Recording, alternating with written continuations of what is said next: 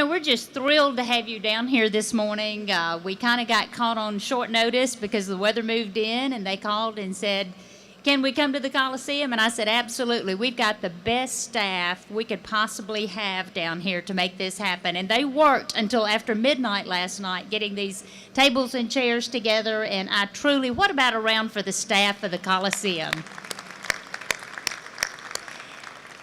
We do have a lot of changes going on here, and you don't have to look very far to see the construction. We're trying to bring us up to the ADA standards, and we've hired a new executive director here. The iconic Billy Orr is retiring, and right now I want to introduce you, if he'll stand, I'll embarrass him, Rick Reno. Rick is here. He is the new general manager down here. He is relocated here from Eugene, Oregon. He's a Southern boy, grew up in Monroe, Louisiana, and we are very, very excited about everything that he brings to the table. Lots of experience, and when you have people like Sam Sherrill over there that's in the corner that can work with you, this thing's great. But I do want to share some of the things that we've worked really hard on the past 3 years to improve. We just finished up with the State Fair, and my husband says my prayer life really improves around State Fair time because I am praying for that good weather, and God gave it to us, and we had over 700,000 people to come through the gates in a 12-day period.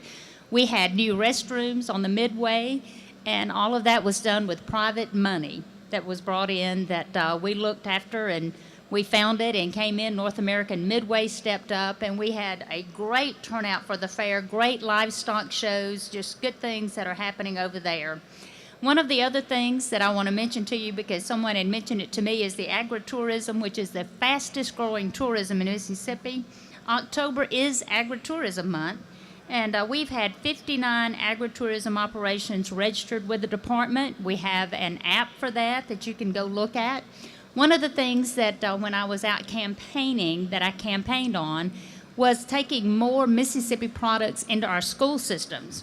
The Farm to School program, and earlier this month we went out to Stonebridge Elementary School in Brandon, and we celebrated Farm to School Week. We had farmers out there that were talking to the students, and just a great interaction there. But the Mississippi Department of Education has been a great partner, and for the past 12 years we have tried to increase the volume of Mississippi products to the schools, the fruits and vegetables and things that we serve. In the past few years, 3 to 4 years, that has really increased. Mississippi schools ordered more than $1 million of Mississippi fruits and vegetables, almost 4 times that of the previous year for our school systems. But the farmers are doing very well right now. We're busy in the fields. And based on the current conditions forecast, we show that soybean and corn farmers may harvest a record yield crops this year. Corn yields are expected to average 184 bushels per acre, and soybeans 51 bushels per acre. Unless that means anything to you, you really don't realize the significance of that. But we're doing well. Cattle prices are higher than they've ever been in my lifetime. And the rice production is doing very well.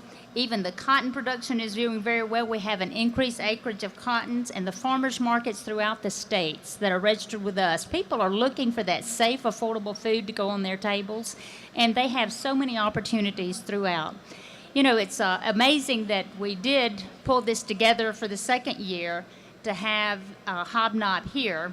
And Monday, these lights would not even come on. We've had so many problems down here, and we're waiting on a panel. So we couldn't turn the lights off last night for fear they wouldn't come on for you today.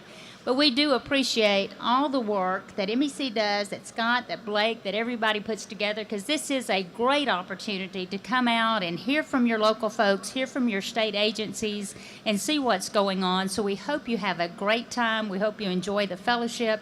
And I know through those doors right there, we've got some very good food, Mississippi catfish that will be waiting on you, and Mississippi barbecue chicken that will be waiting on you. So thanks for being here. Thanks for allowing me to have this great opportunity to serve as your Commissioner of Agriculture, and plan to seek re-election again. We're out working the streets right now, getting ready for that. We all know next year is an election year, and we've got a very important election next week as well. I encourage you to get out and vote. If you're not going to be in your hometown or where you vote the day of the election, please go absentee vote right now. We all know in this room how important that is, and I can't stress it enough. Have a great day. Thanks for having me.